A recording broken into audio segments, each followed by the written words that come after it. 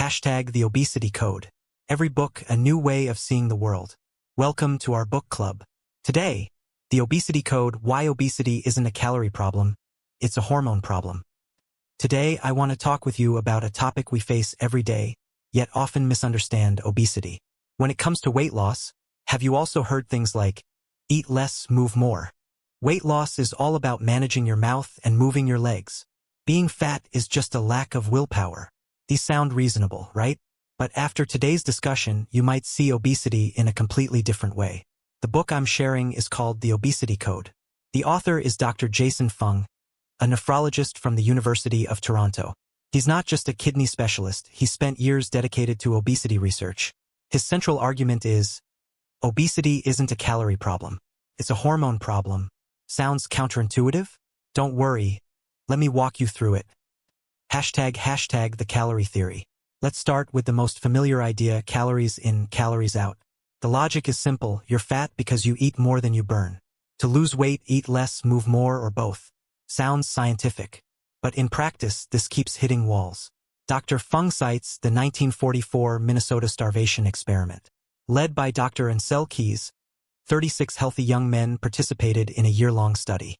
First 3 months, normal intake of 3,000 calories a day. Middle 6 months, strict semi-starvation at about 1,500 calories, half the normal amount. Last 3 months, recovery. These men did lose weight, around 25% on average. But the cost was brutal. They became weak, depressed, obsessed with food. Some secretly ate garbage or stole from the kitchen. And when the experiment ended, everyone binged. Weight rebounded fast, in many cases exceeding pre-experiment levels. What does this tell us? Cutting calories alone triggers a strong counter-response. Metabolism drops, appetite explodes, and the body wins. Another example is gastric bypass surgery. The stomach gets divided, food bypasses most of it, limiting intake and absorption. Short-term results are impressive. Patients can lose dozens of kilograms quickly. But several years out, many regain the weight. The stomach stretches back, the connection widens, and the body adjusts hormonally to push weight back up.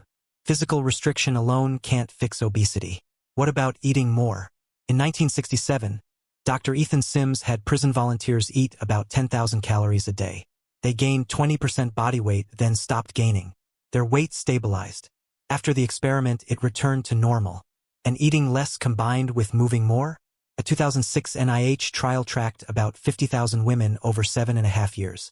One group was educated on eating less and moving more. They cut daily calories from 1,800 to 1,450 and increased exercise by 14%. The other group made no changes. First year, the intervention group lost an average of 1.8 kilograms. By year 2, their weight started creeping back. By the end of the study, there was no meaningful difference between the two groups. Hashtag homeostasis.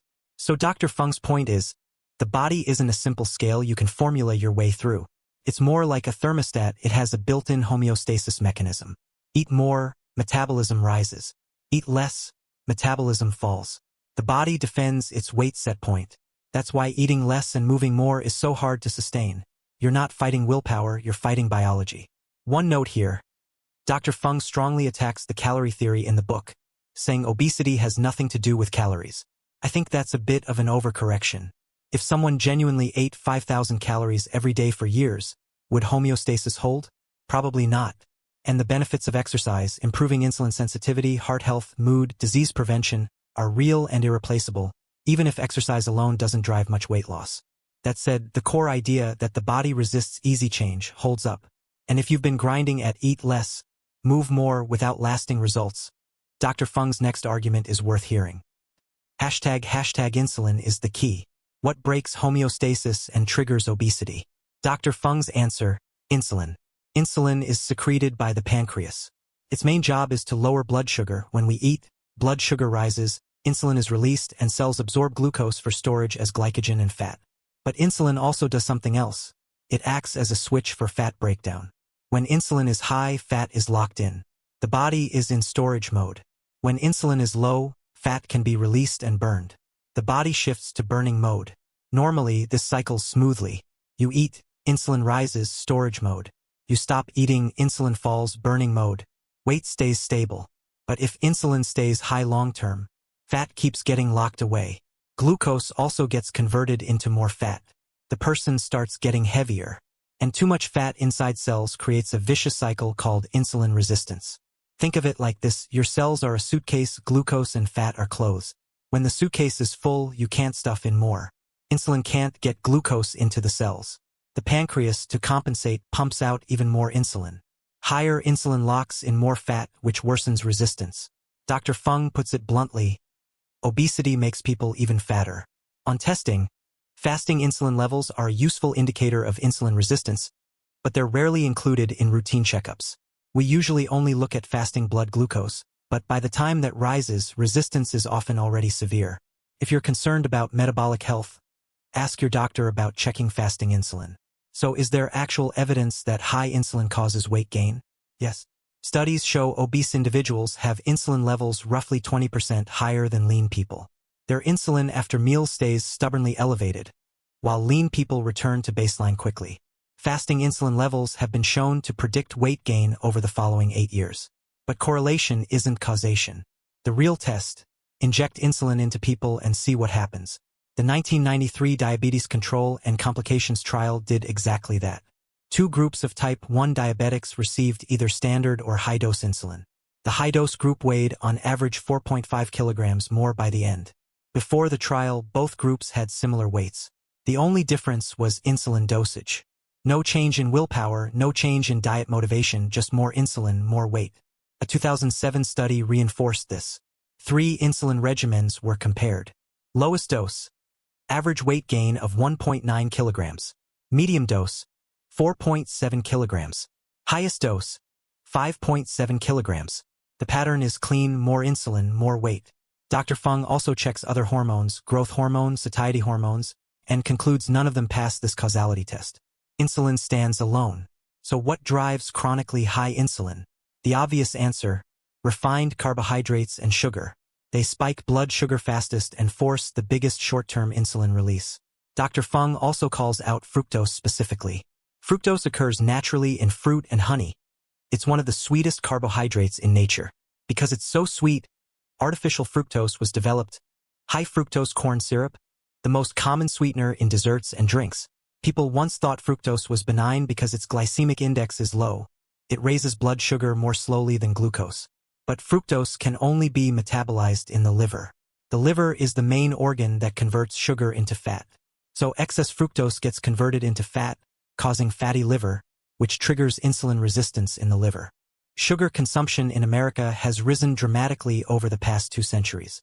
In China, sugar intake has more than tripled in the past 40 years, alongside sharp increases in obesity and diabetes. This story played out among 19th century European aristocrats too. When sugar was a luxury only the wealthy could afford, obesity and diabetes were common among them but rare in ordinary people. There's also cortisol. Cortisol is the body's main stress hormone. In ancient times, it helped us sprint away from predators, short bursts of acute stress. In modern life, stress is chronic: work, finances, relationships. Cortisol directly raises insulin levels and promotes fat storage, especially around the abdomen. That's why people under long-term stress often develop a belly without their limbs getting much bigger. High stress also drives emotional eating, reaching for high sugar, high-fat food when anxious or low, which temporarily boosts dopamine but makes things worse long-term. And stress leads to poor sleep. One study found that sleeping only 5 hours a day raises obesity risk by 50% compared to sleeping 8 hours. Here's a vivid example. The Pima Indians in Arizona have one of the highest obesity rates in the United States, about 50% of adults, with 95% of obese individuals also having diabetes. A few decades ago, their bodies looked very different. What changed? In the late 19th century, European settlers occupied their land and destroyed their irrigation systems, pushing the Pima into long-term famine. That chronic stress combined with the high sugar, high refined carbohydrate relief food later provided by the US government completely dismantled their metabolic health. ## how to lower insulin. The solution follows directly from the problem. Lower insulin, and 3 paths get you there. First, reduce cortisol. Stress management. Meditation, deep breathing, yoga, walking, simple but real. Hobbies, good relationships with family and friends, also important. Second, cut foods that spike insulin, sugar, and refined carbohydrates. Control sugar intake. Not just white sugar and brown sugar, but also high fructose corn syrup, fruit juice, and sugary drinks. Even 100% pure fruit juice has large amounts of fructose, and it hits the liver just as hard as soda. Cut refined carbohydrates. White bread, white rice, noodles, pastries, these spike blood sugar and insulin fast. Switch to whole grains, brown rice, oats. Increase healthy fats. Dr. Fung pushes back on traditional low-fat recommendations. Fat doesn't significantly raise insulin levels and actually helps with satiety. Think olive oil, avocado, nuts, fatty fish. Eat enough protein. It increases satiety and preserves muscle. Just don't overdo it. Excessive protein also converts to glucose. Eat more vegetables. Fiber slows sugar absorption, boosts satiety, and provides vitamins and minerals. One thing worth noting, food order matters. Eating vegetables and protein first, carbohydrates last, measurably reduces blood sugar response after a meal. And here's a fun one, vinegar. A small amount of apple cider vinegar before a meal can reduce postprandial blood sugar and insulin response. Acetic acid slows gastric emptying and sugar absorption. Reading this, I couldn't help thinking, maybe the Shaanxi people's habit of pairing noodles with vinegar wasn't just taste. It was accumulated wisdom. ## intermittent fasting. The third method, and really the centerpiece of Dr. Fung's approach, is intermittent fasting, extending the periods when insulin is simply not being stimulated. The common forms: 16:8, fast 16 hours, eat within an 8-hour window, like noon to 8 p.m. 20:4, fast 20 hours, eat within 4 hours. 24-hour fast, once or twice a week. 36-hour fast, once or twice a week. Alternate day fasting, normal eating one day, minimal or no food the next. Why does it work? When you fast, insulin naturally drops. For people who've been stuck in a high insulin state, this starts restoring normal levels. Once insulin drops far enough, the body shifts from storage mode to burning mode and starts using fat for energy. Here's what happens inside the body during fasting. 4 to 8 hours, insulin starts dropping, liver begins breaking down stored glycogen. 12 to 24 hours, glycogen runs out, body starts burning fat, producing ketones as fuel. 24 to 36 hours, ketone levels rise, the brain adapts to running on ketones. 36+ hours, growth hormone increases, protecting muscle. That last point surprises most people. During fasting, the body burns fat first, not muscle. Growth hormone rises to defend lean mass. This is the opposite of what many people expect. What about metabolism crashing, the same problem we saw with calorie restriction? Dr. Fung says fasting is different. Brief fasting doesn't signal long-term starvation. The body reads it as, I need energy to go find food.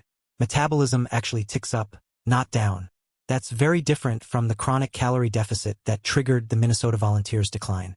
Fasting also activates autophagy, the body's cellular housekeeping system. Cells break down and recycle damaged components, slowing aging and reducing disease risk. The 2016 Nobel Prize in Physiology or Medicine went to Japanese scientist Yoshinori Osumi for exactly this discovery. Historically, fasting isn't radical. For most of human history, food wasn't available on demand. Fasting was normal. Almost every major religion has fasting traditions. Lent, Ramadan, Buddhist fasting practices. These weren't arbitrary, they were likely grounded in observed health benefits. For beginners, Dr. Fung recommends 16:8. Skip breakfast, first meal at noon, last meal by 8 p.m.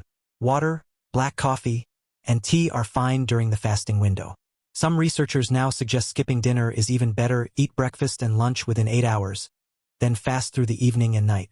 A few cautions. Make sure you get adequate nutrition during eating windows. Stay well hydrated. And if something feels off, stop and check with a doctor. ## a doctor's notes. As a doctor, I want to add a few things here. Intermittent fasting isn't for everyone.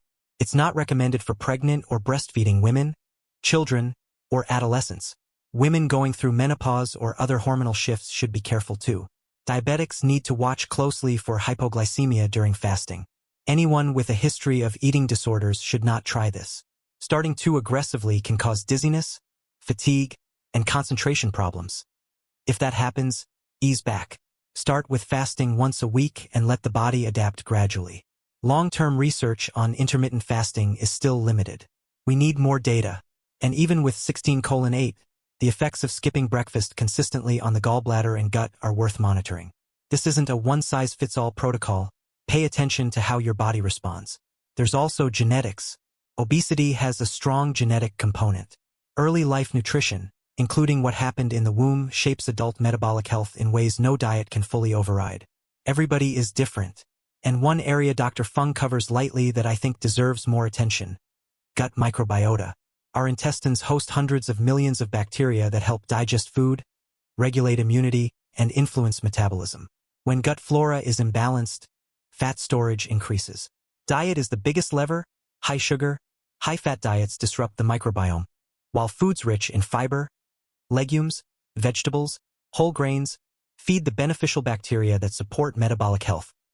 Hashtag on GLP-1. One more thing worth addressing: semaglutide and GLP-1 receptor agonists, which have become a major topic in weight loss recently.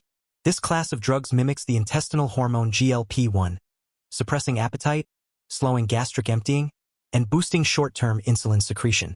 Clinical trials show 10 to 15% body weight reduction.